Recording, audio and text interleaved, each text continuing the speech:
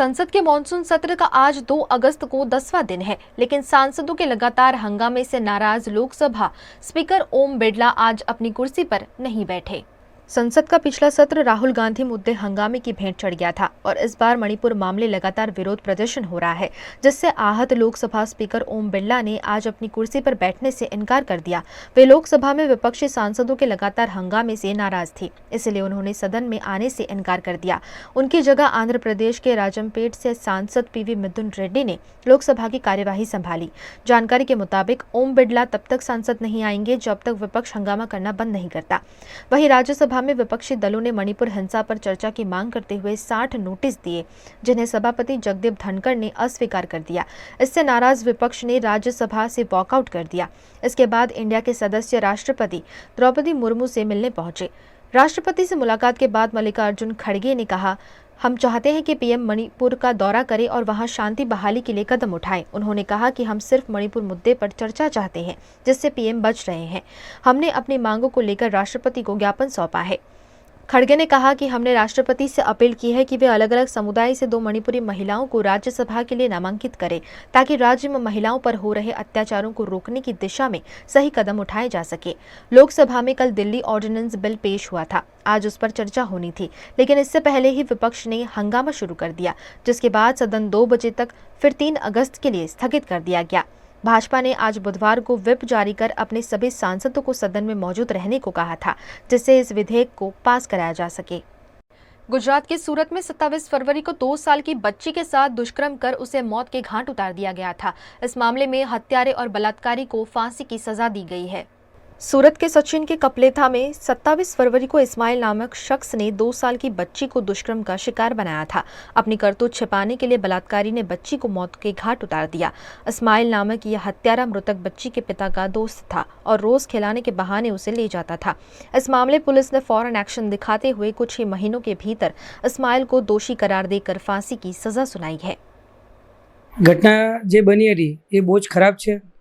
जे छोकरो मुस्लिम होवा छतांय पण अमे एमनो पक्ष लीधो नथी अने एने जेम बने तेम जल्दी सजा मळे एवी अमे पोलीस अधिकारीओने तमाम लोकोने जाण करीए छीए के तात्कालिक फास्ट ट्रेक कोर्टमां केस चलावी आनो चुकादो लावे तात्कालिक। आवा माणसनो तो कोई धर्म होतो नथी, एटले एकना लीधे तमाम मुस्लिम कौम बधा ज बदनाम थाय छे। एटले आज चुकादो आव्यो छे ए बराबर छे, एने अमे आवकारीए छीए। ये सूरत में 27 फरवरी के दिन एक दुखद घटना हुई थी। उस घटना में एक 1.5 साल की बच्ची के ऊपर आरोपी इस्माइल यूसुफ आजाद ने रेप किया था और उसके बाद उसका मर्डर किया। आज सूरत के 6th एडिशनल सेशन जज शकुंतलाबेन सोलंकी ने आरोपी को फांसी की सज़ा सुनवाई है। ये जजमेंट है, ये बहुत अच्छा जजमेंट है। समाज में एक कड़क मैसेज भी जाएगा और गुनहगारों को, इस टाइप के गुनहगारों को के लिए भी एक कड़क मैसेज है कि उन लोगों की जगह जेल में ही है।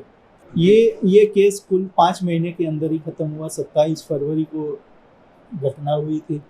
उसके बाद हफ्ते 10 दिन में चार्जशीट हुई और उसके बाद कल परसों इसका चुकादा जाहिर हुआ और आज सजा का ऐलान हो गया। गुजरात के वडोदरा के छाणी में 2 करोड़ की लागत से बनाए गए नंदन वन में बिल्डर को फायदा कराने के लिए मजदूरों के लिए 150 जितनी झुग्गियां बनाने पर कांग्रेस पार्टी ने आपत्ति जताई है। गुजरात के वडोदरा में बिल्डरों को फायदा पहुंचाने के तरह तरह के कांड लगातार उजागर होते रहते हैं। ऐसे ही एक मसले पर कांग्रेस पार्टी ने वडोदरा कॉर्पोरेशन के म्युनिसिपल कमिश्नर दिलीप राणा का ध्यानाकर्षण कराया है, जिसमें छाणी के TP13 में 2 करोड़ की लागत से बनाए गए नंदन वन में अवैध रूप से 100-150 जितने पतरे के शेड बना दिए गए हैं। बिल्डर ने अपने मजदूरों के लिए यह शेड बनवाए हैं और यहाँ निजी सिक्योरिटी भी लगा दी गई है, जिससे इलाके के लोग नंदन वन में जा नहीं पा रहे हैं। कांग्रेस के नेता चंद्रकांत श्रीवास्तव, पुष्पा वाघेला, जहां भरवाड़ ने इस मामले पर म्युनिसिपल कमिश्नर दिलीप राणा को आवेदन दिया है। वॉर्ड नंबर 1 में छाणी जगतनाका पासे नगर नंदन वन कॉर्पोरेशन ने जे डेवलप कर्युं हतुं तेमां हजारों संख्या में લીમડા उगाड़ेला है, वॉकिंग ट्रेक बनाव्यो छे, CCTV कैमरा पण लगाया है, नाना बाळकोने रमवाना साधनों पण मूक्या छे। परंतु छेल्ला घणा समयथी छाणी जगतनाका पासे जे हाईराइज बिल्डिंग बनी रही है वेदा एना मालिको माले तुजारो द्वारा नगर नंदन वन में જે પ્રકારે ગેરકાયદેસર બાંધકામ કરવામાં આવી રહ્યું છે, છાપરા 400થી વધુ છાપરા બાંધી અને એમના મજૂરોને રહેવા માટેની જે વ્યવસ્થા કરવાની જે હિલચાલ કરી રહ્યા છે, છેલ્લા 15 દિવસથી લોકો અમને એના ફોટોગ્રાફ્સ મોકલી રહ્યા છે, લોકો વિરોધ કરી રહ્યા છે. આજુબાજુમાં ત્યાં સમસારા ફ્લેટ છે, ટીપી 13ના હજારો નાગરિકો ત્યાં ચાલવા માટે આવે છે, લોકોને અવર જવર માટે ત્યાં ટીપી રોડ છે.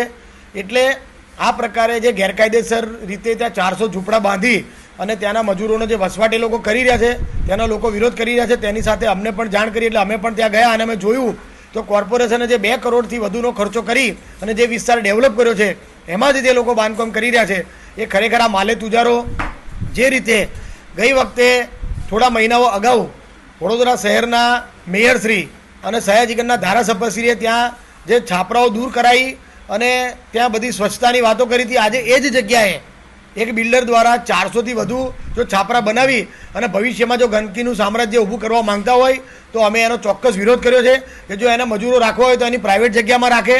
આ રીતે કોર્પોરેશનને અંધારામાં રાખી અને નર્મદા નિગમની જગ્યામાં અને ખોટી પરમિશનો લાવી અને જે રીતે એ ત્યાં પોતાની મનમાની કરી રહ્યા છે તો એનો અમે ચોક્કસ વિરોધ કરીને કમિશનર સાહેબને મળ્યા છીએ અને કમિશનર સાહેબે ખાતરી આપી છે કે કદાચ એ પરમિશન લાવ્યો હશે તો પણ એ જગ્યા આપણે ડેવલપ કરવાની છે એટલે અમે એની પરમિશન પણ રદ કરાવીશું.